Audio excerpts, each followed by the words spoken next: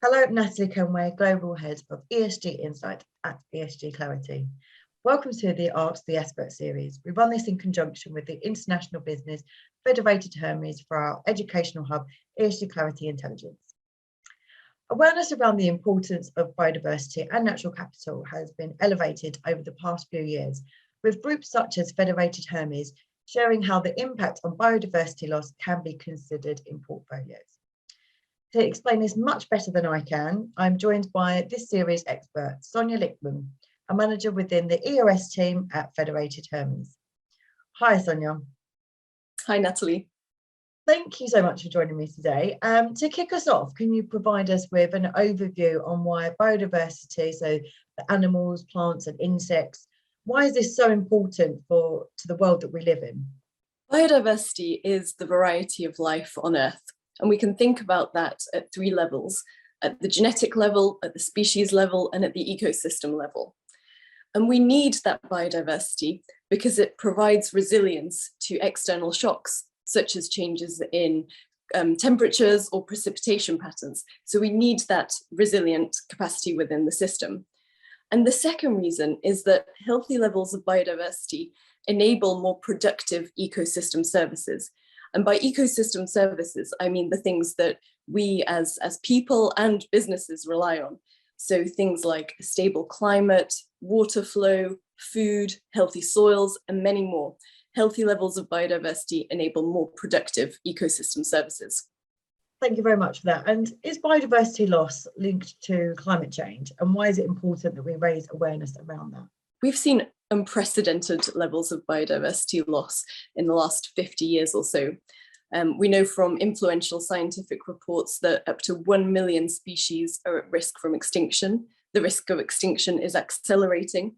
And in fact, average species population sizes have already declined by almost 70% between 1970 and 2016.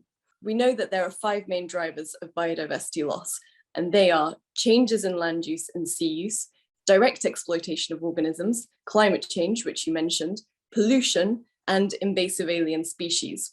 At the moment, the one causing the most havoc is changes in land use and sea use change. And that's the changes in land use that are competing with natural habitats for wild species. With time, climate change will become an even more damaging driver of biodiversity loss. So we need to address climate change. We need to stay within 1.5 degrees if we are going to protect and restore biodiversity. And the flip side of that is that we need biodiversity to enable successful climate change mitigation and adaptation.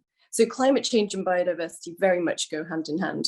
I can sense the urgency in when you're talking about this. It is really, really important that we do focus on this. And as we're recording this at the start of 2022, I wanted to ask what your key areas of focus are going to be this year in terms of biodiversity. So in 2022, COP15 on biodiversity is expected to happen. This conference of international governments has already been postponed several times due to the pandemic.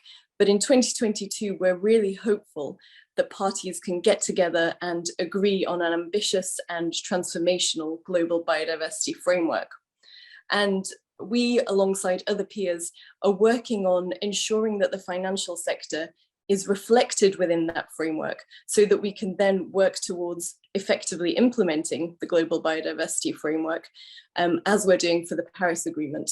And of course, the agreement will be at the global level, but the implementation will take place at the level of governments, investors, and companies. Alongside working on how we can influence that global biodiversity framework, another priority for us is increasing engagement with companies on biodiversity.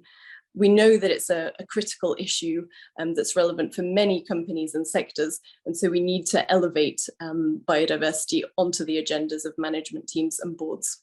Lots and lots to tackle and consider this year then. Well, that's all we have time for part 1, but be sure to look out for the second instalment of this series on ESG Clarity Intelligence soon.